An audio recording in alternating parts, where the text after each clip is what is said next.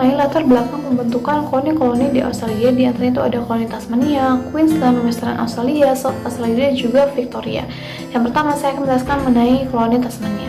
Tasmania adalah koloni kedua setelah New South Wales. Tasmania ini merupakan sebuah pulau yang terletak di sebelah selatan benua Australia yang awalnya disebut dengan Van Diemen's Land. Sejarah Tasmania ini merupakan sejarah dari penal settlement dan sistem pengawasannya masih sama dengan sistem pengawasan di New South Wales. Karena pada masa berdirinya Tasmania ini masih merupakan bagian dari New South Wales. Masyarakat Tasmania merupakan campuran dari penduduk bebas yang datang ke wilayah Tasmania dengan para narapidana. Koloni Tasmania ini mulai berkembang dari pemukiman yang dimulai dari daerah Sungai Darwin yang kemudian berpusat di Harbour dan di Port Dalrymple yang kemudian berpusat di Launceston. Ketika pemukiman di Pulau Norfolk ditinggalkan, banyak penduduk bebas dari pulau yang masuk ke wilayah Tasmania. Namun dalam waktu yang bersamaan pula banyak narapidana yang masuk ke wilayah tersebut. Bahkan ada narapidana yang berkelakuan paling buruk pun berada di wilayah Tasmania. Maka dibangun penjara khusus pada saat itu, yaitu bernama Macquarie Harbour. Yang kedua, saya akan menjelaskan mengenai koloni Queensland. Pada tahun 1823, John Oxley ditugaskan oleh Gubernur New South Wales untuk melakukan penyelidikan ke arah utara. Dan ketika sedang melakukan penyelidikan tersebut, Oxley menemukan daerah di Moreton Bay, tepatnya di mulut Sungai Brisbane. Dan selanjutnya dibuka pemukiman yang disebut dengan distrik Moreton Bay. Koloni ini dibuat dengan maksud untuk menempatkan para narapidana terpisah dari para penduduk bebas atau free settlers. Dan free settlers tidak diperkenankan memasuki daerah tersebut. Narapidana memang cocok ditempatkan di daerah tersebut sebab di sana narapidana akan sulit melarikan diri. Hal ini disebabkan karena sekitar daerah ini hanya terdapat hutan dan juga semak belukar yang sangat tebal, sehingga apabila melarikan diri mereka harus memilih hidup kelaparan di tengah hutan. Kemudian narapidana dari pidana tersebut dikerjakan untuk mempersiapkan tanah yang nantinya akan diolah oleh free settlers. Berdasarkan Australian Colonies Government Act tahun 1850, distrik Moreton Bay menyebut dirinya Queensland dan sejak tahun 1859 berhak mengatur pemerintahannya sendiri yang sesuai dengan aspirasi dan juga kepentingannya. Selanjutnya saya akan membahas mengenai latar belakang koloni di Western Australia. Daerah pantai Australia Barat sudah dikenal oleh para pelaut Belanda sejak dekade kedua abad ke-17. Kondisi alamnya yang sangat gersang tidak merangsang orang-orang Belanda maupun orang-orang Inggris untuk menduduki daerah tersebut. Nah, pada akhir abad ke-18 atau pada permulaan abad ke-19, ekspedisi pendidikan Perancis mengunjungi daerah pantai Australia Barat tersebut. Lalu tersiar kabar bahwa Perancis bermaksud untuk menduduki daerah itu. Khawatir didahului oleh Perancis, mendorong Gubernur Darling mengirimkan Mayor Lockyer mendirikan pos di King George Sound, Albany pada tahun 1827. Nah, pada tahun yang sama pula, James Stirling menyelidiki daerah Swan River dan sangat tertarik untuk mendudukinya. Terpengaruh oleh Stirling, Thomas Peel membentuk kongsi untuk membuka koloni di Swan River. Rombongan Peel tiba di Swan River pada tahun 1829. Nah, mula-mula mereka ini mendarat di suatu tempat di mana sekarang berdiri Fremantle, akan tetapi kemudian mereka pindah ke arah utara ke tempat di mana sekarang berdiri kota Perth. Dari sini berkembang koloni Australia Barat yang sekarang menjadi salah satu negara bagian dalam Commonwealth of Australia. Dan berbagai fakta menyebutkan bahwa sejarah permulaan koloni Australia Barat diisi oleh cerita-cerita kekecewaan yang lebih dekat kepada kegagalan. Nah, salah satu sumbernya adalah kekurangan tenaga kerja. Oleh karena itu, ketika koloni-koloni lain sudah menolak transportasi narapidana, Australia Barat justru meminta hal tersebut. Nah, sejak tahun 1980 dilakukan transportasi narapidana ke Australia Barat yang baru berakhir pada tahun 1868. Dibanding dengan koloni-koloni lain di Australia, Australia Barat adalah koloni terakhir yang melakukan pemerintahan sendiri sebagai daerah otonom dalam lingkungan kekuasaan Inggris. Selanjutnya saya akan jelaskan mengenai latar belakang koloni Australia Selatan. Australia Barat biasa disebut dengan koloni suatu kongsi, sedangkan Australia Selatan dapat disebut sebagai koloni suatu teori karena pembentukannya didasarkan pada suatu teori yang dikemukakan oleh Wakefield yang merupakan seorang narapidana di Newgate, London. Australia Selatan sangat mempunyai arti tersendiri bagi pemerintahan Inggris, sebab di Australia Selatan mempunyai potensi-potensi yang bisa dikembangkan untuk kemajuan dalam meningkatkan perekonomian di Australia Selatan. Dari pemerintahan Inggris sendiri pun juga mempunyai sumbangan bagi Australia Selatan. Para pengikut Wakefield membentuk kongsi Australia Selatan dan mengumpulkan uang, dan dengan penuh harapan mereka berangkat dari Inggris pada tahun 1836. Rombongan pertama tiba di Pulau Kangaroo, tetapi ternyata pulau ini tidak cocok untuk dijadikan pemukiman pada waktu itu. Oleh karena itu, Kolonel Light melakukan penelitian dan akhirnya memilih lokasi di mana sekarang menjadi kota Adelaide. Selanjutnya, saya akan jelaskan latar belakang pembentukan koloni Victoria. Nah, pada tahun 1803, Letnan Kolonel David Collins ditugaskan untuk memimpin sekelompok narapidana dan militer untuk membentuk pemukiman baru di Sorrento di Teluk Port Phillip. Namun, beberapa bulan kemudian, Collins meninggalkan pemukiman baru itu dengan alasan daerah ini tidak memenuhi syarat sebagai tempat pemukiman. Orang kulit putih yang mula-mula menetap di daerah ini ialah Henty bersaudara yang menempati Teluk Portland pada tahun 1834. Kemudian dalam tahun 1835, Batman dan asosiasinya menduduki daerah Sungai Yara. Dan pada tahun yang sama pula, kelompok Faulkner juga mendirikan pemukiman di tempat di mana sekarang berdiri kota Melbourne. Pada tahun 1837, Gubernur Burke mengunjungi daerah ini dan meresmikan nama-nama kota Williamstown dan Melbourne. Sampai tahun 1850, Victoria masih merupakan bagian dari New South Wales. Untuk mewakili Gubernur New South Wales di sana, diangkat seorang super independen atau seorang pengawas. Rasa tidak puas di bawah New South Wales mendorong rakyat di distrik Port Phillip menuntut pemisahan. Tuntutan itu mula-mula dijawab dalam bentuk hak distrik dengan memilih 6 dari 24 anggota legislatif Council di New South Wales. Jawaban pemerintah ini tidak memuaskan mereka sehingga pada tahun 1850 Victoria dipisahkan dari New South Wales dan sejak tahun 1851 menetapkan dan melaksanakan pemerintahannya sendiri. Pembahasan yang kedua yaitu perkembangan koloni Tasmania, Queensland, Western Australia, South Australia, dan Victoria di Australia. Yang pertama yaitu perkembangan koloni Tasmania. Nah, pada awal pertumbuhannya, Launceston dan Hobart merupakan pemukiman yang dipimpin oleh Letnan Gubernur yaitu Kolonel Davey, yang dimana mendorong kemajuan di bidang pertanian serta menjadikan Hobart sebagai pelabuhan besar. Nah, pada tahun 1855, koloni ini menyelenggarakan pemerintahan sendiri serta secara resmi mengganti namanya dari Van Diemen's Land menjadi Tasmania. Nah, Kolonel Davey digantikan oleh Kolonel William Sorrell yang memerintah pada tahun 1817 sampai 1824 dan merupakan seorang perwira Presiman ke-48. Kemudian pada tahun 1824, Kolonel George Arthur ini menggantikan Kolonel Sorrell. Nah, di mana George Arthur ini merupakan gubernur Tasmania pertama setelah dikeluarkannya undang-undang yang memisahkan Tasmania dari New South Wales oleh Inggris. Yang kedua yaitu perkembangan koloni Queensland. Nah, pada awalnya koloni Queensland merupakan bagian dari wilayah New South Wales yang berdiri sejak tahun 1824. Nah, setelah 35 tahun berdiri, akhirnya Queensland ini mampu berdiri sendiri dengan gubernur pertamanya ialah Sir George Bowen. Nah, sejak berdirinya koloni Queensland ini mampu berkembang dengan pesat, di mana didukung dengan sumber daya alam yang tersedia, yaitu seperti emas, timah, kemudian tembaga, dan batu-batu mulia lainnya. Nah, selain itu, Queensland juga didukung oleh keadaan alam yang sangat mendukung untuk peternakan dan pertanian. Kemudian masalah dari perkembangan Queensland ini adalah masalah lainnya yaitu Irian. Nah, di mana Queensland mendesak Inggris untuk menduduki wilayah Irian Timur tetapi selalu ditolak. Namun pada akhirnya Queensland bertindak sendiri dengan menyatakan bahwa Irian telah diduduki oleh Inggris. Ketiga, perkembangan Western Australia. Dalam sejarah Australia, 28 Januari 1788 dipandang sebagai awal pertumbuhan dan perkembangan masyarakat dan bangsa Australia. Nah, di mana koloni ini dibuka sebagai tempat pembuangan narapidana.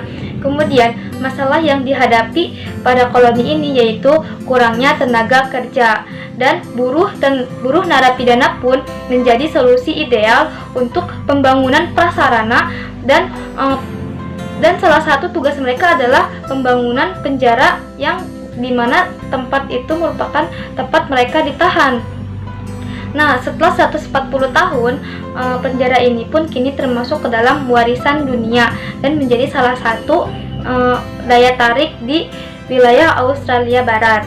Nah, kemudian faktor yang menghambat kemajuan koloni ini yaitu sikap para imigran yang datang tidak untuk menjadi petani atau peternak, melainkan hanya sebagai spekulan. Ya, lanjut kepada perkembangan koloni Inggris yang berada di Australia Selatan. Ya, sejarah Australia Selatan sendiri itu tidak terlepas dari peran seorang tokoh yang bernama Edward Gibbon Wakefield, atau tokoh tersebut mengungkapkan gagasannya tentang pembangunan sebuah koloni baru berdasarkan pemikiran dari beliau. Wakefield itu menuliskan sebuah buku berjudul A Letter from Sydney dalam sebuah ruang penjara di Newton, daerah London.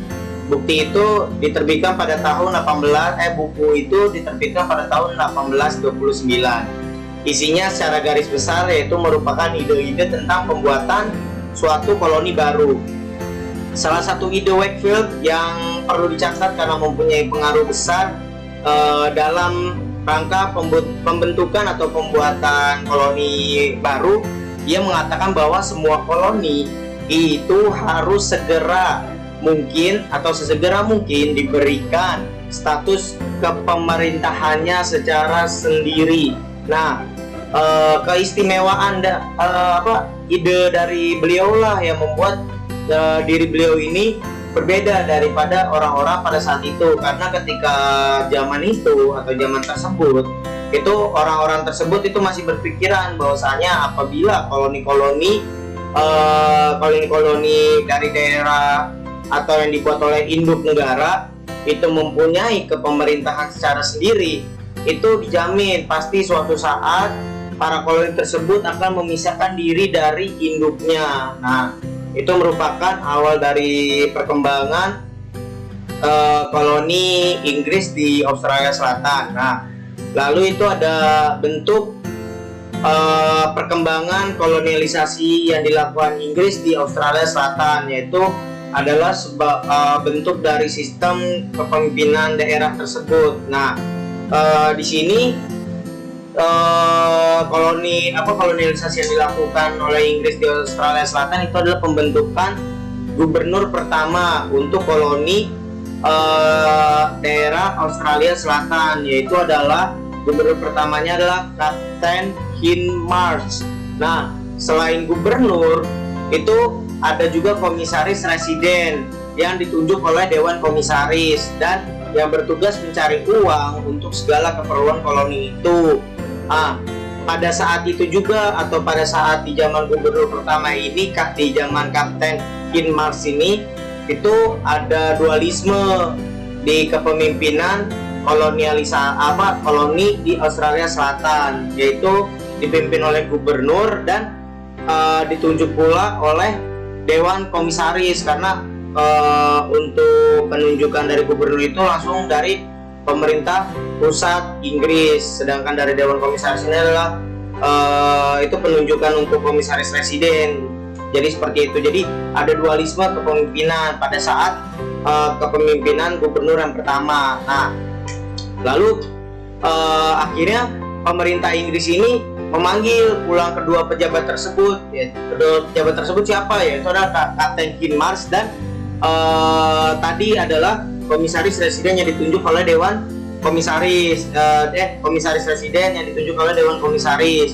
Itu mereka dipulangkan ke Inggris. Lalu pemerintah Inggris mengangkat gubernur kedua, yaitu bernama Kolonel Gawler, dan menghapus dualisme kekuasaan di koloni Australia Selatan.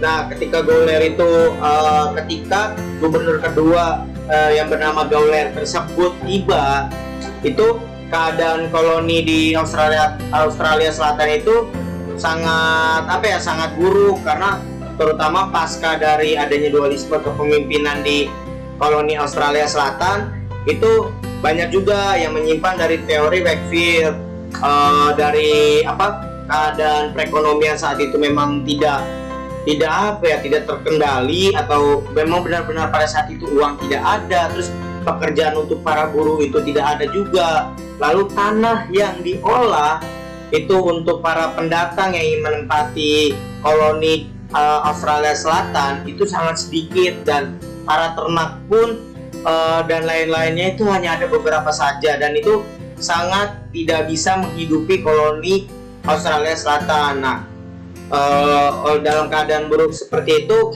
akhirnya Gawler tetap berusaha. Dia mengatur para pekerja yang ada di koloni tersebut untuk bisa tetap menghidupkan koloni tersebut, hingga pada akhirnya Gawler digantikan atau diturunkan. Gawler diturunkan oleh pemerintah pusat dan digantikan oleh George Grey pada bulan Mei 1841. Nah, penggantian dari Gawler ke George Grey itu pergantian yang terutama ya dikaitkan dengan permasalahan pada zaman atau pada kepemimpinan Gubernur Gawler. Jadi Gawler digantikan oleh George Grey pada bulan Mei tersebut. Nah, George Grey itu menerima koloni itu dalam keadaan benar-benar keadaan yang tadi sudah saya jelaskan, pada keadaan kepemimpinan Gubernur Gawler saat ditinggalkan juga oleh Kapten Hindmarsh itu.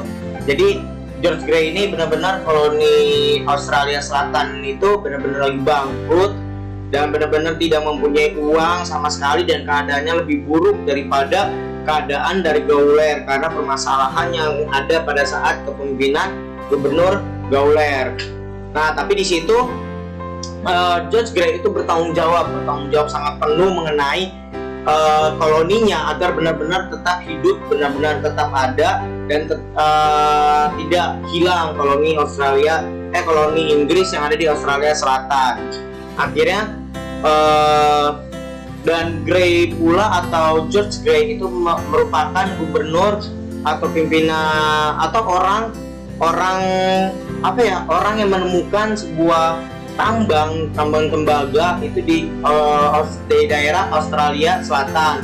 Nah, Grey juga pula yang menaikkan atau menghidupkan kembali para koloni Inggris yang ada di Australia Selatan. Jadi semenjak kepemimpinan Gubernur George Grey itu mulailah koloni Inggris yang ada di Australia Selatan itu mulai membangkit lagi.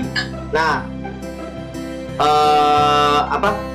kegagalan Gawler juga tadi yang sudah dijelaskan itu mengakhiri pengawasan dari Dewan Komisaris juga ya, terutama, dan tadi juga yang sudah dijelaskan mengenai kepemimpinan George Grey gitu. Jadi di sini saya membahas perkembangannya itu untuk demokrasi kepemimpinan yang ada di koloni Inggris yang berada di Australia Selatan. Itu ada 3 gubernur. Yang pertama itu adalah Gubernur Kapten Hindmarsh, dan yang kedua itu adalah Gubernur Gawler, dan yang ketiga itu adalah Gubernur George Grey. Jadi ada pertimbangannya juga ya, maksudnya kayak pemimpin yang pertama ya pastilah, namanya pemimpin yang pertama itu pasti sedang ingin membuat sebuah pondasinya.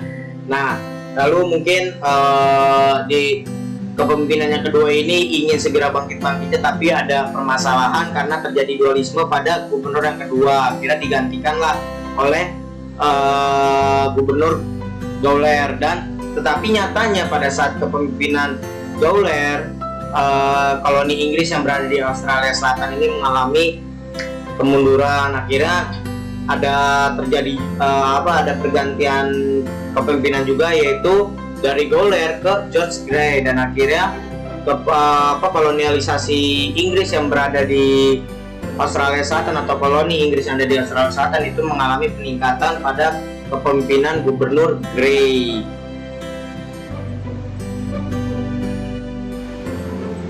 Ya, pembahasan selanjutnya itu adalah koloni Inggris atau perkembangan koloni Inggris yang berada di Victoria. Jadi perkembangannya yang ingin saya jelaskan itu yaitu mengenai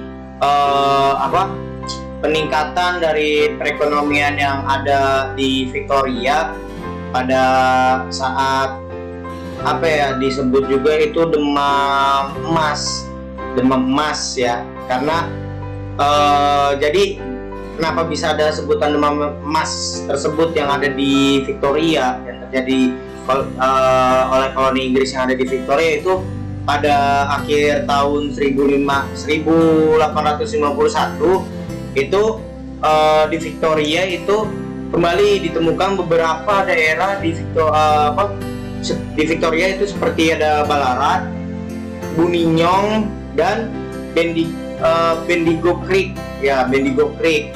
Nah, jadi di tempat-tempat tersebutlah ditemukan beberapa emas atau beberapa tambang emas yang memang lumayan cukup untuk bisa disebut juga penemuan emas itu Australia pada saat itu tuh ya, Australia pada saat itu memasuki periode yang disebut sebagai periode Gold Rush atau penyebutan dari demam emas pada saat itu. Nah, pada periode Gold Rush ini terjadi banyak perubahan di wilayah koloni Inggris, yaitu di daerah Victoria. Seperti dalam bidang ekonomi yang tadi sudah saya jelaskan mengenai adanya demam emas ini, lalu di politik, transportasi, bahkan sosial pada periode Gold Rush pula terjadi peningkatan kesejahteraan penduduk, kemakmuran koloni, dan peningkatan populasi penduduk di wilayah Victoria. Karena pasca dari Gold Rush atau demam emas ini, itu mulai banyak penduduk dari luar koloni Victoria itu pada memasuki wilayah Victoria. Nah, dalam bidang ekonomi, penemuan emas ini menjadikan penduduk lokal yang tadinya bekerja di perkebunan, pertanian, lalu pada buru-buru dan lainnya, itu pada masa demam emas ini itu semuanya beralih profesi menjadi penambang emas, karena banyak sekali tambang-tambang emas ditemukan di daerah Victoria, di daerah koloni Victoria. Nah, karena banyak penduduk lokal juga yang setelah menjadi buruh di penambang emas itu ya, itu mengapa semuanya pada lari sebagai penambang emas itu karena pada saat masa Gold Rush itu orang-orang koloni Victoria itu menganggap bahwasanya penambang emas itu mampu meningkatkan penghasilan keluarga mereka ataupun koloni mereka. Nah, adanya penemuan emas itu jadi kesejahteraan penduduk lokal itu semuanya terjamin. Nah, penemuan emas juga mengubah perekonomian Australia yang sebelumnya bergerak di bidang pertanian dan perkebunan karena mengandalkan dari dua sektor tersebut. Ternyata setelah ditemukannya tambang emas, banyaknya tambang emas di daerah Victoria itu pada sekitaran tahun 1851-an itu akhirnya merubah juga sektor perekonomian Australia, atau bisa disebut juga menambah bukan merubah. Setelah akibat tadi yang masalah populasi yang bertambah juga itu pasca dari menyebarnya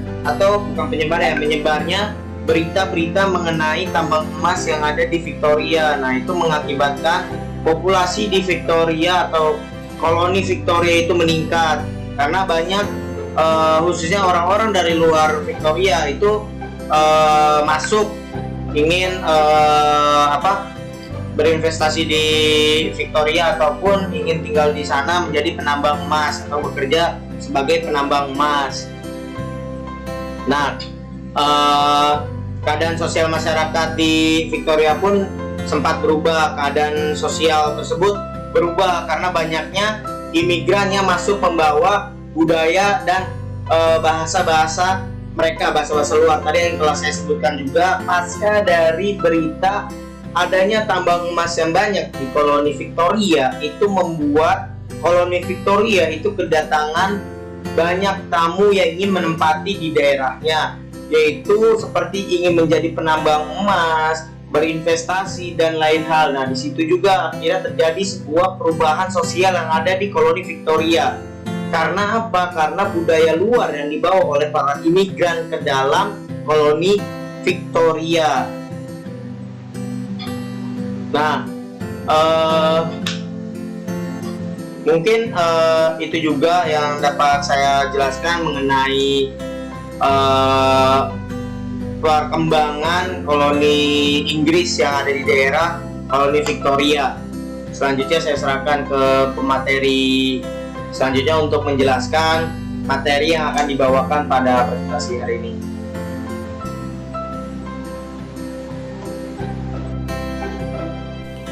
Nah, selanjutnya ini ada dampak dari terbentuknya Tasmania, Queensland, dan Australia. Yang pertama ada koloni Tasmania. Nah, dampak dari terbentuknya koloni Tasmania ini yaitu terjadinya di mana kondisi perekonomian di Tasmania ini tidak stabil. Namun, sebagian besar perekonomian di Tasmania ini makmur dikarenakan adanya ancaman dari kekaisaran. Nah, koloni Tasmania ini juga pada akhir periodenya mengalami banyak perkembangan. Salah satunya yaitu pada pembuatan kapal terbesar di dunia. Nah, pada pembuatan kapal terbesar di dunia ini membangkitkan kekuatan pertahanan lokal yang akhirnya memainkan peran penting dalam perang Boer kedua di Afrika Selatan. Yang kedua ada Queensland. Nah, semenjak memisahkan diri dan membentuk koloni sendiri, Queensland ini mengalami banyak perkembangan dalam bidang ekonomi. Hal ini terjadi karena kekayaan alam yang melimpah. Nah, peternakan juga mengalami kemajuan. Selain itu, terdapat penyelewangan karena dalam perkembangannya Queensland ini membutuhkan tenaga kerja yang dibutuhkan untuk menyokong perkebunan tebu yang bisa disebut dengan Kanakas. Nah, Kanakas ini sendiri yaitu penduduk asli dari pulau-pulau Pasifik yang diculik untuk dijual pada pemilik perkebunan tebu untuk dijadikan pekerjaan. Dan yang terakhir itu ada Australia.